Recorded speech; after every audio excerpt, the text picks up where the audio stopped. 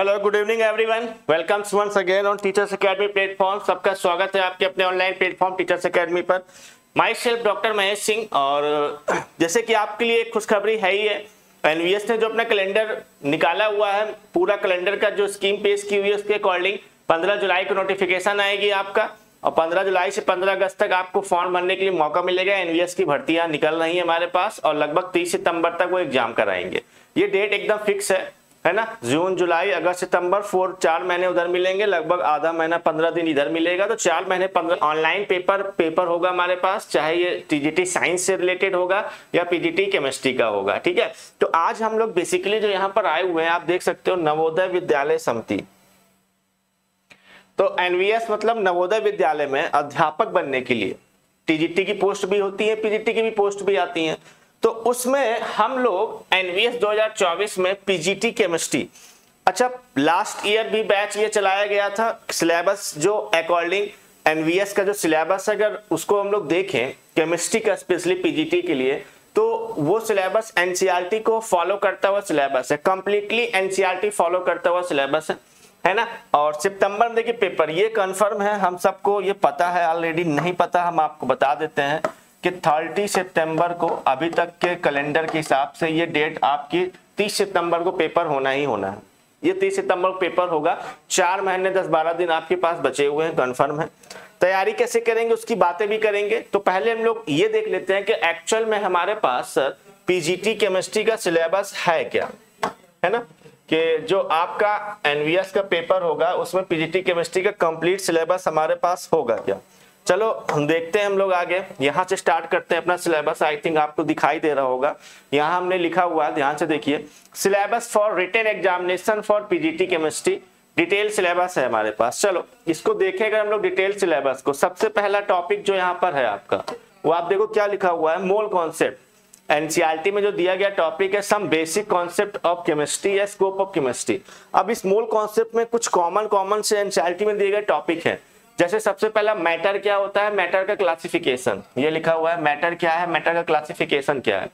Solid liquid gas matter है ना। इसके अलावा मेजरमेंट एसआई सिस्टम यूनिट क्या होती है, ओवरऑल 7 फिजिकल हमारे पास क्वांटिटी है बेसिक, उनके बारे में है। फिर अनसर्टेनिटी इन मेजरमेंट, अच्छा अनसर्टेनिटी इन मेजरमेंट ये आपका जो है मेजरमेंट से रिलेटेड इकाइयां होती हैं, किलो को, टन को, ग्राम को, वॉल्यूम को, सीसी को, क्यूबिक सेंटीमीटर, एमएल को, लीटर को, है ना, मीटर -3 सेंटीमीटर -6, इस तरीके से आपस में कन्वर्जन है, वो तुम लोग मान लो देख ही लेते हैं। इसके अलावा लॉ ऑफ केमिकल कॉम्बिनेशन आता है। इसमें क्या आता है, law of conservation of mass, law of different proportion of mass, Avogadro law क्या होता है, लॉ ऑफ मल्टीपल प्रोपोर्शन क्या होते हैं, है ना, गैल-लुसेक लॉ क्या है। इसके अलावा एटॉमिक एंड मॉलिक्यूलर मास किस तरीके से निकालते हैं, बेस्ड क्वेश्चन। मोल क्या होता है, मोलर मास क्या होते हैं, परसेंटेज कंपोजिशन, लाइक ग्लूकोज में कार्बन का मास परसेंटेज कितना है, ऑक्सीजन का मास परसेंटेज कितना है, इंपीरिकल एंड मॉलिक्यूलर फार्मूला क्या है। तो फिलहाल जो बैच बना है उसमें हम लोग यही शुरुआत किए हैं, empirical molecular formula last class में हम लोग ने पढ़ा भी था। इक्विवेलेंट वेट बड़ा इंपॉर्टेंट है, ये आता है हमारे पास। और लास्ट में लिमिटिंग रीजन पे बेस्ड के किसी भी रिएक्शन में हाउ मच प्रोडक्ट का अमाउंट कितना बनेगा, ये डिसाइड करने के लिए हमको दी गई रिएक्शन में लिमिटिंग रीजन देखना पड़ता है और डिसाइड करना पड़ता है। क्लियर है कि नहीं क्लियर है, ठीक है। अब देख सकते हो यहाँ पर इतनी चीजें हैं हमारे पास। तो ये आता है हमारे पास सर मोल कॉन्सेप्ट या some basic concept of chemistry में। मोल कॉन्सेप्ट में या some basic concept of chemistry जो हमारे पास पार्ट होता है उसके अंतर्गत ही आता है। अगला पार्ट जो हमारे पास है सर वो है स्टेट ऑफ मैटर।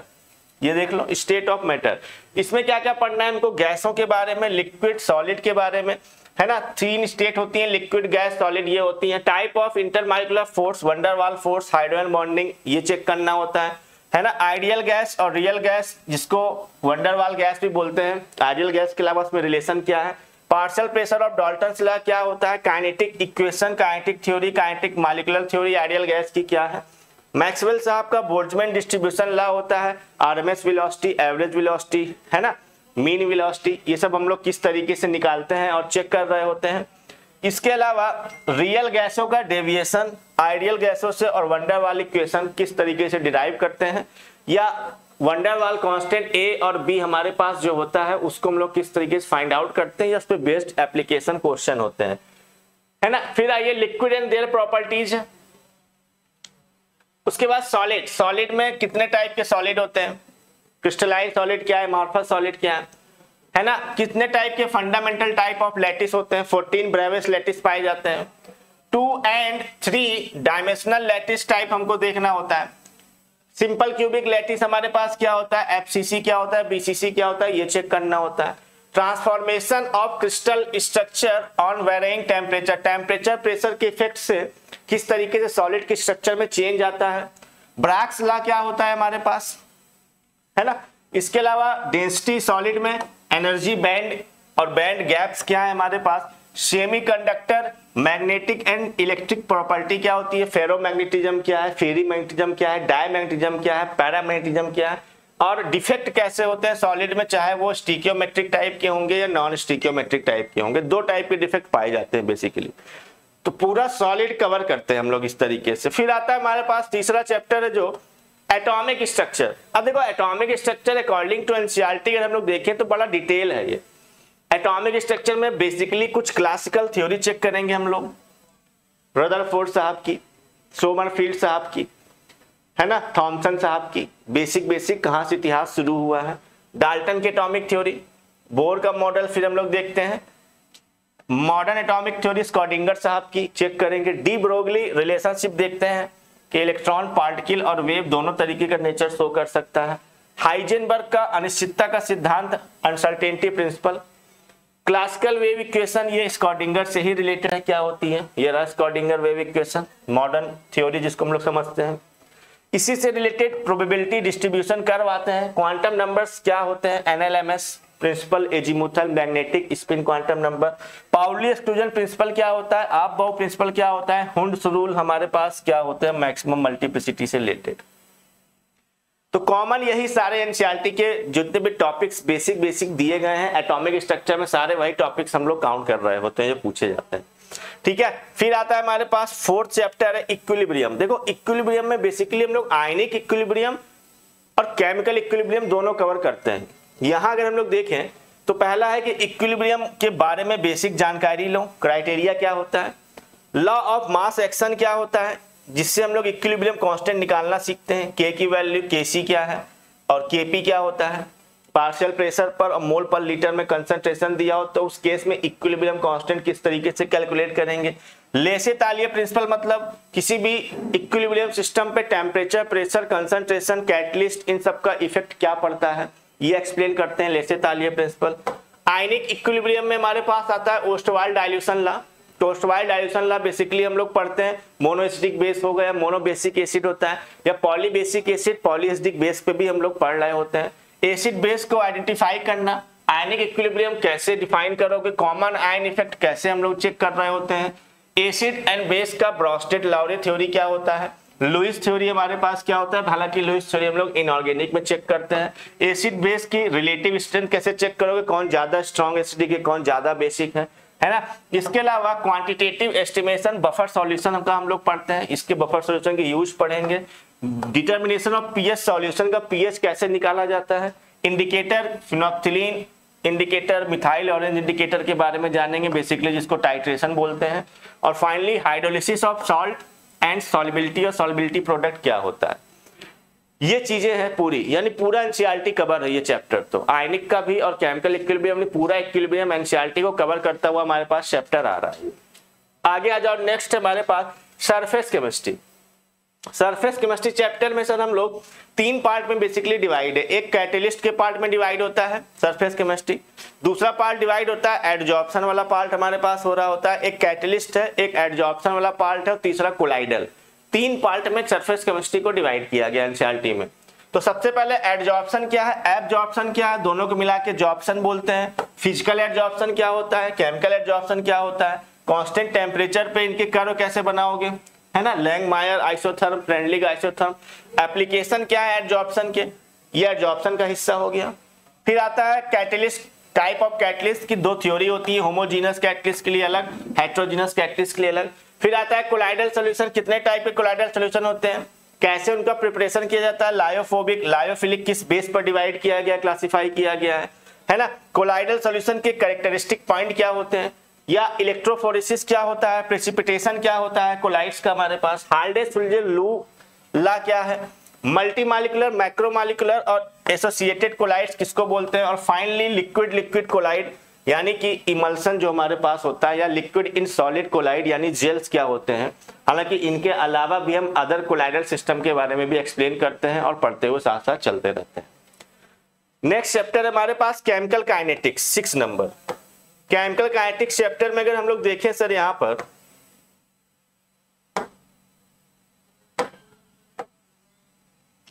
इस तरीके से, तो थ्योरी ऑफ रिएक्शन रेट, देखो केमिकल काइनेटिक्स में जनरली हम लोग rate of reaction and the factors affecting rate of reaction, मतलब रिएक्शन की अभिक्रिया की रेट दर क्या होगी और उस दर को चेंज करने वाले, अफेक्ट करने वाले, प्रभाव डालने वाले कौन कौन से कारक हैं, इन सब के बारे में हम लोग पढ़ते हैं किसमें, केमिकल काइनेटिक्स चैप्टर में। मॉलिक्यूलरिटी क्या है, ऑर्डर ऑफ रिएक्शन क्या होता है, इसके अलावा fast reaction, luminescence, energy transfer process कैसा होता है, reaction mechanism simple and complex reaction की कैसी होती है, सिंपल और कॉम्प्लेक्स रिएक्शन की मॉलिक्यूलरिटी और ऑर्डर कैसे चेक करते हैं, ये सब केमिकल काइनेटिक्स में आता है। फाइनली रिडॉक्स रिएक्शन है। देखो रिडॉक्स रिएक्शन और इलेक्ट्रोकेमिस्ट्री हालांकि अलग अलग चैप्टर है एनसीईआरटी में, बट यहाँ सिलेबस में एक साथ लिखा हुआ है। ऑक्सीडेशन रिडक्शन को आइडेंटिफाई करना, रिडॉक्स रिएक्शन, इसके एप्लीकेशन हमारे पास क्या है, ऑक्सीडेशन नंबर कैसे पहचानोगे, स्ट्रॉन्ग और वीक इलेक्ट्रोलाइट को कैसे आइडेंटिफाई करोगे, एक्टिविटी कोफिशिएंट क्या होता है ना, कंडक्टेंस और कंडक्टिविटी क्या है, कोलराउच लॉ क्या होता है, resistance, resistivity of molar conductivity, equivalent conductivity में कैसे डिफरेंस करोगे, qualitative and quantitative aspect of electrolysis, electrolysis के बारे में डिटेल में जानना, इलेक्ट्रोकेमिकल सेल क्या होती है या इलेक्ट्रोलिटिक सेल क्या होती है, इलेक्ट्रोड पोटेंशियल और स्टैंडर्ड इलेक्ट्रोड पोटेंशियल के definition and question numerical physical में बेसिकली, ईसीएस यानी इलेक्ट्रोकेमिकल सीरीज क्या है, इसका एप्लीकेशन क्या है, नस्ट इक्वेशन के बारे में जानना है, और फाइनली इक्विलिब्रियम कांस्टेंट और ईएफ में क्या रिलेशन होता है, यानी इलेक्ट्रोड पोटेंशियल में और इक्विलिब्रियम कांस्टेंट में क्या रिलेशन है, इसके बारे में यहाँ पर हम लोग चेक करेंगे, देखेंगे, पढ़ेंगे और अपना ये कंप्लीट करेंगे। क्लियर है यहाँ तक। फिर नेक्स्ट हमारे पास सर सॉल्यूशन, सॉल्यूशन चैप्टर जो लिक्विड पार्ट है, सॉल्यूशन क्या है, कितने टाइप के होते हैं, कंसंट्रेशन ऑफ सॉल्यूशन को एक्सप्रेस कैसे करते हैं हम लोग, solubility and factor affecting the solubility क्या होता है, सॉलिड का लिक्विड में, लिक्विड का लिक्विड में, वेपर प्रेशर, दो टाइप के राउट्स लॉ होते हैं, राउट्स लॉ में दो चीजें पढ़ रहे होते हैं, liquid in liquid solution, solid in liquid solution के बारे में, एंड फाइनली कोलिगेटिव प्रॉपर्टी के बारे में जानते हैं, एब्नॉर्मल मॉलिक्यूलर मास क्या होता है, वांट ऑफ फैक्टर क्या होता है, ये सॉल्यूशन चैप्टर के अंतर्गत सारे पॉइंट्स आते हैं। फिर आता है 9 नंबर पे टॉपिक हमारे पास chemical bonding and molecular structure, बहुत ही स्पेशल टॉपिक है। केमिकल बॉन्डिंग में हम लोग वैलेंस इलेक्ट्रॉन कैसे आइडेंटिफाई करोगे, लुईस स्ट्रक्चर क्या होता है, आयनिक बॉन्ड, कोवैलेंट बॉन्ड और बॉन्ड पैरामीटर्स हमारे पास क्या होते हैं, इसको आइडेंटिफाई करना, कोऑर्डिनेट बॉन्ड को कैसे पहचाना जाएगा, इसके अलावा polarity, dipole movement, quantitative idea of valence bond theory check करते हैं, मॉलिक्यूलर ऑर्बिटल थ्योरी एमओटी जिसको बोलते हैं हम लोग, या हाइब्रिडाइजेशन एसपीडीएफ के अकॉर्डिंग किस तरीके से पहचाना जाएगा, हाइड्रोजन बॉन्ड क्या है, और रेजोनेंस हो रहे इनऑर्गेनिक कंपाउंड में भी हम लोग बॉन्ड ऑर्डर कैसे चेक करते हैं, ये सारी चीजें यहाँ पर काउंट की जाती है। थर्मोडायनेमिक्स नेक्स्ट पार्ट आया हमारे पास। थर्मोडायनेमिक्स में सबसे पहले मैक्रोस्कोपिक प्रॉपर्टी, सिस्टम क्या है, सराउंडिंग क्या है, बाउंड्री क्या होती है, एनर्जी का ट्रांसफर बिटवीन सिस्टम सराउंडिंग किस किस तरीके से हो सकता है, फेज ट्रांजिशन क्या होता है, फेज रूल क्या होता है, और फेज डायग्राम क्या होता है, जिसको फेज इक्विलिब्रियम में भी हम लोग चेक करते हैं, first law, second law and third law of thermodynamics के बारे में चेक करना, इंटरनल एनर्जी और इंथैल्पी को कैसे आइडेंटिफाई करोगे, इसके अलावा रिएक्शन देके भी क्वेश्चन से पूछे जाते हैं, इनका measurement, application, spontaneity of process, entropy, spontaneity, Helmholtz energy क्या है, गिब्स फ्री एनर्जी क्या होती है, and thermodynamic of electrochemical cell किस तरीके से हम लोग चेक कर रहे होते हैं। फाइनली फिर जब इनऑर्गेनिक का पोर्शन आता है तो इनऑर्गेनिक के पोर्शन में हम लोग सिग्निफिकेंस ऑफ क्लासिफिकेशन, किस तरीके से पीरियोडिक टेबल बनाई गई, कहां से शुरू किया गया, उसका इंपॉर्टेंस क्या होता है ना। इसके अलावा नेम ऑफ एलिमेंट, जिसका 100 से ज्यादा एटॉमिक नंबर ऑफ एलिमेंट का आईयूपीएसी नेम पढ़ते हैं 100 से 118 तक का, उसका तरीका सीखते हैं कैसे लिखा जाता है। एलिमेंट का क्लासिफिकेशन एसपीडीएफ ब्लॉक में किस तरीके से किया गया है। इसके अलावा periodic property like ionisation energy, ionic radii, atomic radii, electronegativity, electron affinity, ionisation energy, valency या ऑक्सीडेशन स्टेट किस तरीके से टॉप टू बॉटम ग्रुप में और लेफ्ट टू राइट पीरियड में जाने पर चेक करते हैं। फिर आता है हमारे पास हाइड्रोजन।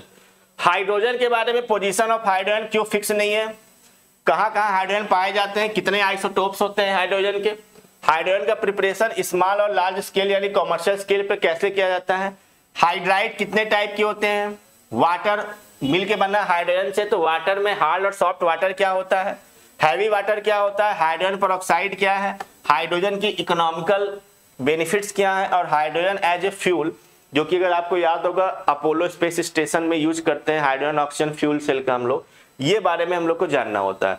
फाइनली फिर हमारे पास general principle and process of isolation of elements and S block element है, मतलब मेटलर्जी बेसिकली यहाँ पर आता है कि किस तरीके से किसी भी एलिमेंट को क्या क्या प्रिंसिपल है, कैसे एक्सट्रैक्शन करते हैं मेटलर्जी के थ्रू।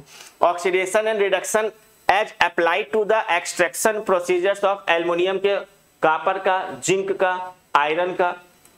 इसके अलावा एस ब्लॉक एलिमेंट्स का जनरल इंट्रोडक्शन, उनका इलेक्ट्रॉनिक कॉन्फ़िगरेशन, अकरेंस कहाँ पाया जाता है, उनकी डिफरेंट बिहेवियर अपने ग्रुप के एलिमेंट से कैसी है, डायगोनल रिलेशनशिप क्या होते हैं, उनकी प्रॉपर्टी ग्रुप और पीरियड में कैसे चेंज हो रही होती हैं। एस ब्लॉक में एल्कली और एल्कलाइन अर्थ मेटल्स दोनों की प्रिपरेशन कैसे बनाते हैं, प्रॉपर्टीज क्या होती हैं, यूज क्या होते हैं इनके कंपाउंड्स के, लाइक सोडियम कार्बोनेट के बारे में प्रिपरेशन प्रॉपर्टी यूज पढ़ना, सोडियम बाइकार्बोनेट के बारे में पढ़ना, सोडियम क्लोराइड, सोडियम हाइड्रोक्साइड के बारे में पढ़ना, कैल्शियम हाइड्रोक्साइड, कैल्शियम कार्बोनेट के बारे में पढ़ना, इन सब का प्रिपरेशन प्रॉपर्टी एंड यूजेस देखना।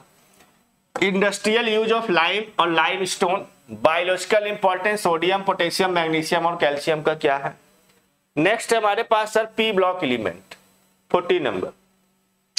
जितनी चीजें एस ब्लॉक में है वही पी ब्लॉक में भी पढ़नी है। इसका इलेक्ट्रॉनिक कॉन्फ़िगरेशन क्या है, फिजिकल और केमिकल प्रॉपर्टी ग्रुप और पीरियड में कैसे चेंज होती हैं। अच्छा 13 से 18 सारे ग्रुप्स के प्रॉपर्टी देखनी है, फिजिकल भी केमिकल प्रॉपर्टी। इसके अलावा कुछ compound like borax Na2B4O7.10H2O, boric acid H3BO3, B2H3, boron hydride, silicones का प्रिपरेशन यूज कैसे होता है, preparation property and use of nitrogen का, अमोनिया का, नाइट्रिक एसिड का, नाइट्रोजन के ऑक्साइड का, फास्फोरस के एलिट्रोपिक फॉर्म्स का, preparation and property of phosphine का भी देखना होता है कैसे बनाई जाती है। Phosphorus pentachloride, phosphorus trichloride, preparation properties and use of oxygen and ozone check करेंगे। इसके अलावा hydrides and halides of 16 group elements यानी हैलोजेंस के बारे में देखना है, उनका स्ट्रक्चर, नेचर, एलिट्रोपिक फॉर्म, सल्फर का चेक करना है, स्पेशली नाइट्रोजन का, फास्फोरस का और सल्फर का, इनका ऑक्सी एसिड जानना बहुत जरूरी है जहां से क्वेश्चन पुट हो जाता है। ठीक है, preparation property and use of sulphur dioxide का, इंडस्ट्रियल प्रिपरेशन देखो सल्फर के ऑक्सी एसिड का, preparation property of halogen and halogen acid का, इंटर हैलोजन कंपाउंड क्या होते हैं, स्यूडो हैलाइड क्या होते हैं, हैलोजन के ऑक्सो एसिड क्या होते हैं, इनका स्ट्रक्चर, नेचर कैसा है, preparation property use xenon fluorides का, ऑक्साइड्स ऑफ जिनॉन का एंड जिनॉन ऑक्सोफ्लोराइड्स का। तो काफी लंबा चौड़ा एक्चुअल में सिलेबस आ गया आपका इनऑर्गेनिक से रिलेटेड। फिर फाइनली हम लोग आते हैं सर डी और F block element, general introduction, general configuration, general trend in the property of first row यानी 3D सीरीज के बारे में जानना होता है, मेटेलिक कैरेक्टर कैसे आइडेंटिफाई करोगे, बढ़ता घटता किधर है।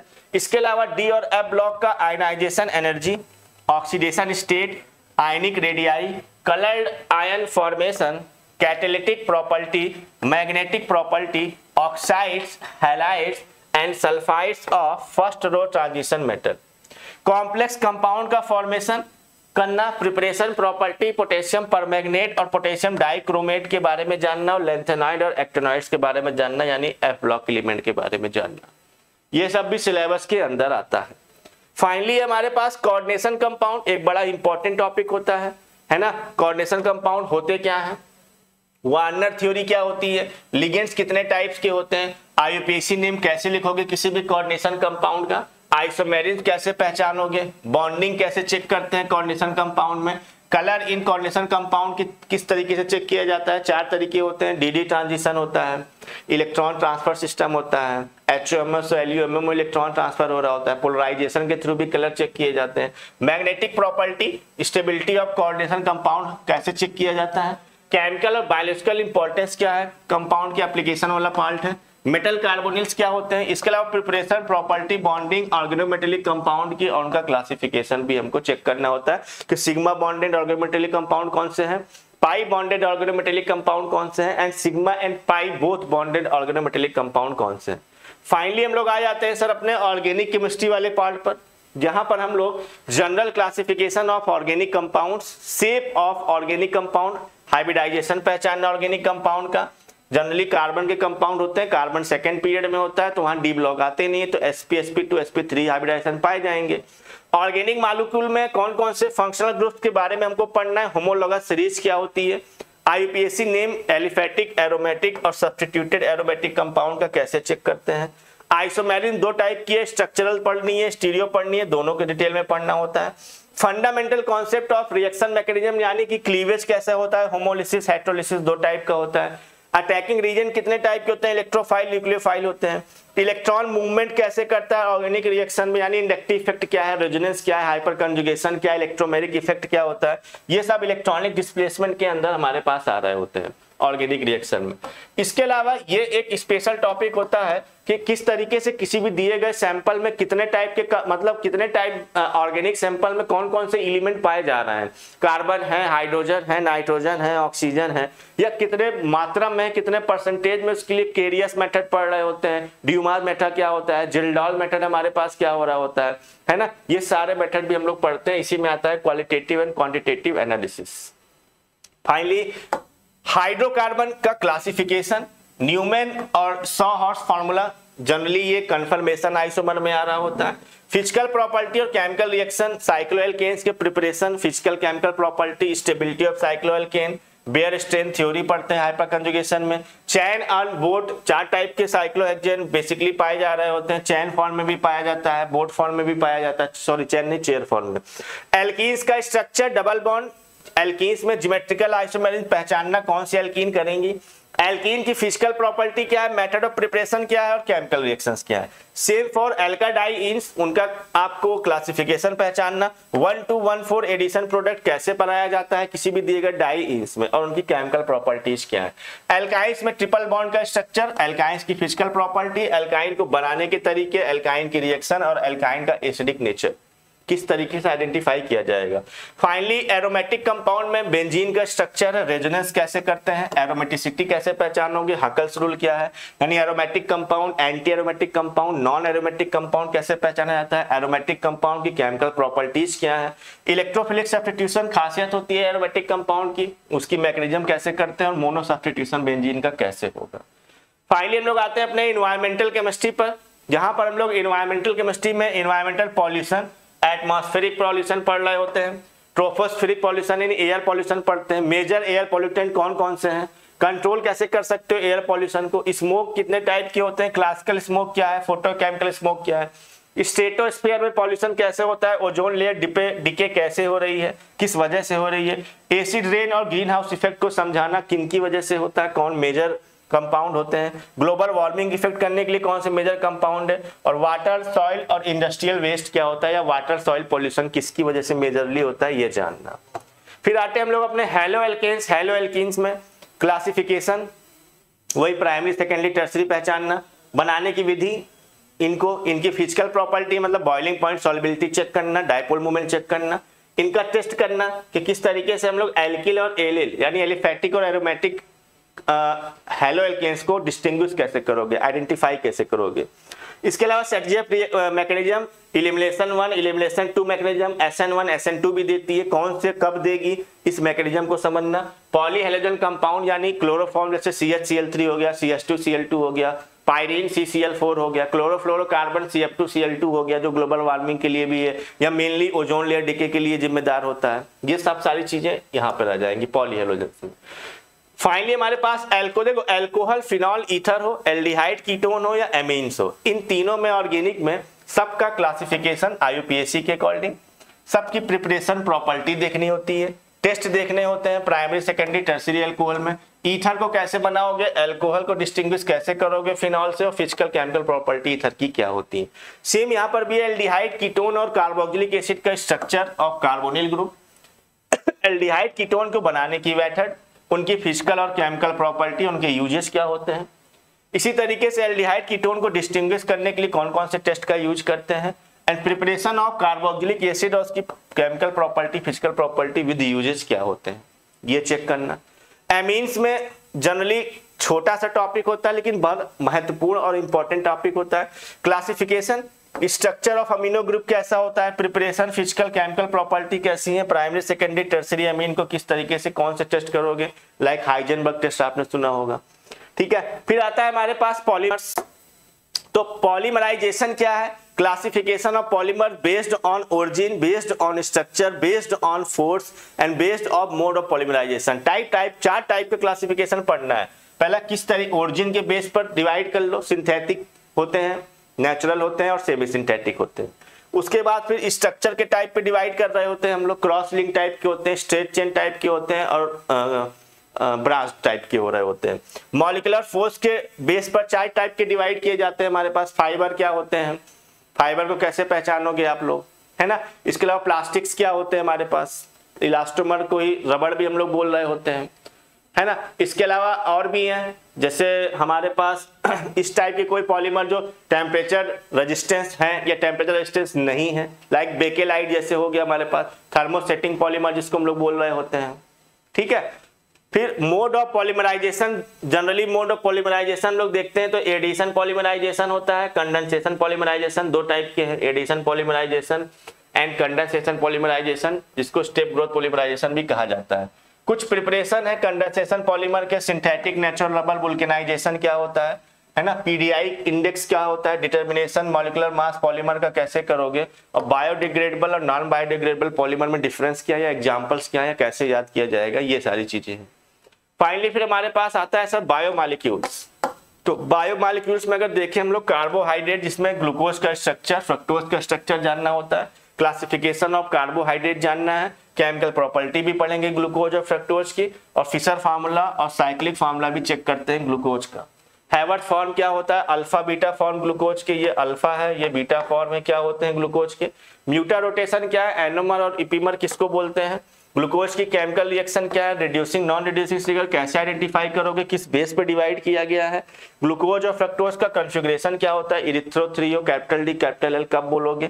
डाइसैकेराइड सुक्रोज के बारे में, उसका हैवर्ट स्ट्रक्चर डाइसैकेराइड का देखना है। इसके अलावा पॉलीसैकेराइड में स्टार्च और सेलुलोज एंड एमाइलोपेक्टिन का स्ट्रक्चर, है ना, एमाइलोज का स्ट्रक्चर। फंक्शन क्या है कार्बोहाइड्रेट के लिविंग ऑर्गेनिजम्स में, carbohydrate metabolism, glycolysis, electron transport chain, हालांकि सब तो बायो का हिस्सा होता है, बायो में किया जा रहा होता है कवर, ठीक है। प्रोटीन्स, प्रोटीन्स में अमीनो एसिड क्या है, ज्यूटर आयन किस तरीके से बनते हैं, आइसो इलेक्ट्रिक पॉइंट क्या है, पेप्टाइड्स और पेप्टाइड बॉन्ड क्या होता है। फाइब्रस प्रोटीन में, ग्लोबुलर प्रोटीन में डिफरेंस क्या है, उनके फंक्शन क्या है। प्राइमरी सेकेंडरी में भी 2 टाइप के पाए जाते हैं, हेलिकल और pleated sheet. Tertiary structure of protein क्या है, क्वाटरनरी स्ट्रक्चर ऑफ प्रोटीन क्या है, डीनेचुरेशन ऑफ प्रोटीन क्या होता है, एंजाइम प्रोटीन से कैसे डिफर होते हैं, एंजाइम की स्पेसिफिसिटी क्या होती है, मैकेनिज्म कैसा होता है, एंजाइम कैसे एक्टिव होता है, कैसे एक्ट करता है बॉडी के अंदर, कोएंजाइम्स क्या है और एप्लीकेशन क्या है एंजाइम्स की। ये अमीनो एसिड्स के रिलेटेड या प्रोटीन से रिलेटेड। फाइनली न्यूक्लिक एसिड में हम लोग डीएनए और आरएनए के डिटेल स्ट्रक्चर के, केमिकल स्ट्रक्चर के बारे में जान रहे होते हैं कि कैसे हेलिकल स्ट्रक्चर है, प्राइमरी सेकेंडरी स्ट्रक्चर डीएनए का क्या होता है ना, डबल हेलिकल स्ट्रक्चर क्या है, विटामिन क्या है, विटामिन की कमी से होने वाले रोग कौन कौन से होते हैं, हार्मोन्स क्या है, steroid hormone, non steroid hormone क्या होते हैं, उनके फंक्शंस क्या होते हैं, ये सब बायोमॉलिक्यूल में आता है। And chemistry in everyday life में ड्रग्स के बारे में जानना है, कौन कौन से हमारे पास ड्रग्स होती हैं, एंटीपायरेटिक कौन सी होती है हमारे पास, है ना, एंटीसाइडल कौन सी हो रही होती है हमारे पास, या एंटीसेप्टिक ड्रग्स कौन सी हो रही होती है ना। इस तरीके से है drug metabolism, classification of drug, enzyme कैसे ड्रग टारगेट पर वर्क करता है, action of drug through drug receptor interaction, ये सब एक ही पार्ट के अंदर कवर हो जाते हैं। कितने टाइप की ड्रग्स हैं, एंटीपायरेटिक्स, एनाल्जेसिक क्या होता है, एंटीसेप्टिक क्या होता है, डिसइंफेक्टेंट, ट्रॉन्किलाइजर्स क्या है, एंटीमाइक्रोबियल्स, एंटीबायोटिक्स, वो भी नैरो और ब्रॉड स्पेक्ट्रम 2 टाइप के एंटीबायोटिक्स के बारे में पढ़ना। एंटी फर्टिलिटी ड्रग्स कौन सी हैं, एंटी हिस्टामिन्स क्या कर सकते हैं, एंटी एसिड क्या होते हैं। फाइनली कौन कौन से फूड और फूड को प्रिजर्वेशन के लिए केमिकल यूज किए जाते हैं। आर्टिफिशियल स्वीटनिंग एजेंट, जैसे एक आपने कॉमनली बहुत से सुने होंगे, आर्टिफिशियली से स्वीटनिंग एजेंट कौन कौन से हमारे पास हो रहे होते हैं, ठीक है। फिर सोप साबुन हो गया, डिटर्जेंट्स हो गया, प्रिपरेशन कैसे करते हैं साबुन का, डिटर्जेंट का, कितने टाइप के होते हैं, कैटाइनिक डिटर्जेंट, एनाइनिक डिटर्जेंट क्या है, क्लींसिंग एक्शन कैसे करता है डिटर्जेंट ओवर सोप पे क्यों है, डिओड्रेंट, एडिबल कलर क्या है और एंटीऑक्सीडेंट्स क्या होते हैं। तो ये ओवरऑल पूरा हमारे पास सिलेबस था। तो अगर सिलेबस का अगर डिस्कशन देखें तो एक्चुअल में ये सिलेबस पीजीटी केमिस्ट्री का एनसीईआरटी को पूरा कवर कर रहा है। क्लास 11 की 2 एनसीईआरटी बुक है, क्लास 12 की 2 एनसीईआरटी बुक है और उन दोनों एनसीईआरटी बुक को कवर करता हुआ सिलेबस है हमारा। तो सिलेबस बहुत जैसे कि 4.5 महीने का जो समय दिया गया उस हिसाब से आसानी से कंप्लीट किया जा सकता है। कंप्लीट करने का तरीका होता है ऑर्गेनिक कंप्लीट हो जाती है रिएक्शन मैकेनिज्म में। हम टॉपिक ऐसे पढ़ाते हैं कि रिएक्शन मैकेनिज्म, नेमिंग रिएक्शन और अटैकिंग रीजन से पूरा ऑर्गेनिक कंप्लीट कर देंगे। IUPAC, polymer, biomolecules, industrial, environmental pollution और आइसोमेरिक, जनरल ऑर्गेनिक केमिस्ट्री, ये पार्ट लेते हुए अलग करते हुए ऑर्गेनिक कंप्लीट करते हैं। इनऑर्गेनिक को periodic property, chemical bonding and compound reaction test में कंप्लीट कर लेते हैं। एप्लीकेशन ऑफ डी और F block element coordination compound एक बड़ा पोर्शन होता है, उसको हम लोग ले रहे होते हैं। और फिजिकल के हर चैप्टर को डिफरेंट मोड में, जैसे सबसे पहले मोल कॉन्सेप्ट रिडक्स को कंप्लीट करेंगे, एटॉमिक स्ट्रक्चर और गैसेस स्टेट को कंप्लीट करते हैं। इक्विलिब्रियम, आयनिक, केमिकल काइनेटिक्स एक पोर्शन में आता है। केमिकल थर्मोडायनामिक्स, इलेक्ट्रोकेमिस्ट्री एक पोर्शन में आता है। सॉलिड स्टेट, सॉल्यूशन और सरफेस केमिस्ट्री एक पोर्शन में आता है। इस तरीके से सारे फिजिकल के भी चैप्टर क्या हो जाते हैं, कंप्लीट हो जाते हैं। ठीक है, तो सिलेबस हालांकि लॉन्ग है, लार्ज है, बट हर एक को एक मोशन में अगर आप पढ़ोगे, एक टॉपिक बना के पढ़ोगे, हर एक चैप्टर एक दूसरे से लिंक है कि पहले चैप्टर कौन सा पढ़ेंगे, बाद में कौन सा पढ़ेंगे, तो थोड़ा सा आपके लिए आसान हो जाएगा कि ऑर्गेनिक को पढ़ने का बेसिक तरीका ही होता है कि पहले आईयूपीएसी पढ़ लो, फिर उसके बाद आइसोमेरिक्स पढ़ लो, फिर जीओसी यानी जनरल ऑर्गेनिक केमिस्ट्री देख लो, फिर रिएक्शन मैकेनिज्म पढ़ते हैं जिसमें हम लोग सारी आपके alcohol, phenol, aldehyde, ketone, carboxylic acid, amine कि जितनी भी मैकेनिज्म बेस्ड रिएक्शन है प्रिपरेशन प्रॉपर्टी की, वो वहीं कंप्लीट कर लेंगे। फिर कुछ नेमिंग रिएक्शन 20, 25, 30 नेमिंग रिएक्शन है पूरे आपके मिला के चैप्टर में, उनको अलग से पढ़ते हैं उनकी मैकेनिज्म को। फिर कुछ ऑर्गेनिक अटैकिंग रिएजेंट होते हैं, ऑक्सीडेशन, रिडक्शन कैसे होगा, हाइड्रोलिसिस कैसे होगा, ग्रिग्नार्ड रिएजेंट क्या होता है हमारे पास, रेड फास्फोरस, HI क्या होता है, ये सारे पोर्शन अटैकिंग रिएजेंट में आ जाते हैं और पूरी तरीके से ऑर्गेनिक कंप्लीट। पॉलीमर, बायोमॉलिक्यूल्स, ये सब स्पेशल टॉपिक होते हैं जिनको अलग अलग करके कुछ लेक्चर्स में हम लोग कंप्लीट करते हुए चलते हैं विद स्ट्रक्चर, है ना, क्योंकि हम लोग केमिस्ट्री में पढ़ते हैं बायोमॉलिक्यूल्स, पॉलीमर, तो वहाँ स्ट्रक्चर जानना, बॉन्डिंग कैसे ब्रेक होती है, फाइनली फिर क्वेश्चन किस तरीके से आते हैं उसको बेस्ड करके फिर सॉल्व आउट किया जाता है पूरी केमिस्ट्री को। तो एक प्रोसेस है, एक तरीका है, एक मैनर है, उसी मैनर में पढ़ते हैं। इनऑर्गेनिक को पढ़ने का तरीका है, पहले पीरियोडिक प्रॉपर्टी पढ़ेंगे, केमिकल बॉन्डिंग पढ़ेंगे, जब ये पढ़ लेंगे तो अपने आप inorganic compound reaction test cover हो जाता है। कोऑर्डिनेशन कंपाउंड हमेशा इनऑर्गेनिक को पढ़ने के बाद ही पढ़ा जाता है, पहले नहीं पढ़ा जाएगा। फिजिकल में भी यही पोर्शन होता है, पहले केमिकल इक्विलिब्रियम पढ़ते हैं, आयनिक इक्विलिब्रियम पढ़ते हैं, फिर जाके केमिकल काइनेटिक्स क्लियर होती है। पहले थर्मोडायनामिक्स कवर कर लेंगे, इलेक्ट्रोकेमिस्ट्री कवर कर लेंगे, इसी तरह उधर सॉल्यूशन कवर कर लेते हैं, सॉलिड स्टेट कवर कर लेते हैं, फिर सरफेस केमिस्ट्री कवर हो रही होती है। इधर मोल कॉन्सेप्ट पहले चैप्टर कवर कर लेंगे, फिर रिडॉक्स कर लेते हैं कवर। एटॉमिक स्ट्रक्चर सबसे डिफरेंट चैप्टर है और गैसेस स्टेट भी सबसे डिफरेंट चैप्टर है, तो उनको आराम से पढ़ लिया जाता है। ठीक है, तो ये ओवरऑल होल पूरा पोर्शन है हमारे पास चलने का। और फाइनली जो बताना है हमारे पास कि NVS 2024 पीजीटी केमिस्ट्री का न्यू बैच स्टार्ट है।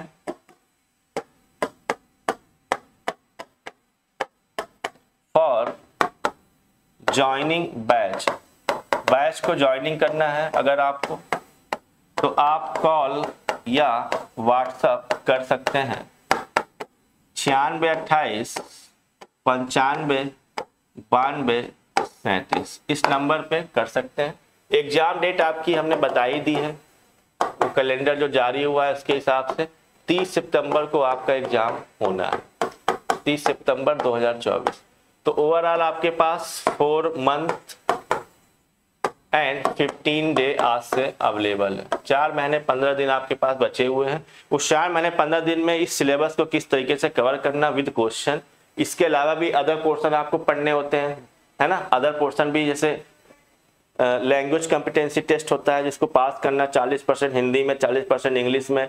एक कोई लोकल लैंग्वेज जिसको आप हिंदी इंग्लिश भी ले सकते हो, 40% वहाँ भी पाना इंडिविजुअल, है ना। इसी तरीके से 10 क्वेश्चन ICT के अलग आएंगे, पेडागोजी के अलग आ रहे होते हैं, एप्टीट्यूड के अलग आएंगे, रीजनिंग के अलग आएंगे। ठीक है, तो ओवरऑल 80 क्वेश्चन सब्जेक्ट के होते हैं। इसके अलावा 40 क्वेश्चन वो अलग पोर्शन के होते हैं। 80 40 120 में मेरिट बनती है। और 30 क्वेश्चन जो आते हैं जो लैंग्वेज के वो आपको क्वालिफाई करने होते हैं। 30 में भी आपको 10-10 करके 3 पोर्शन होंगे, तीनों में आपको 40% लाना होता है इंडिविजुअली। ठीक है, तो ये है पूरा हमारे पास according to syllabus, according to pattern. तो संस्था में आपके पीजीटी केमिस्ट्री सब्जेक्ट की भी क्लास चलेगी और जो पेपर जिसको हम लोग बाकी टीचिंग एप्टीट्यूड या बाकी पेपर कह रहे हैं वो भी क्लासेस आपकी चलेंगी। तो क्लासेस ज्वाइन करने के लिए आप 9628959237 पे कॉल या संपर्क कर सकते हैं और पूरा सिलेबस हम लोग कवर करेंगे, फिर क्वेश्चंस भी कवर करेंगे। Thank you so much.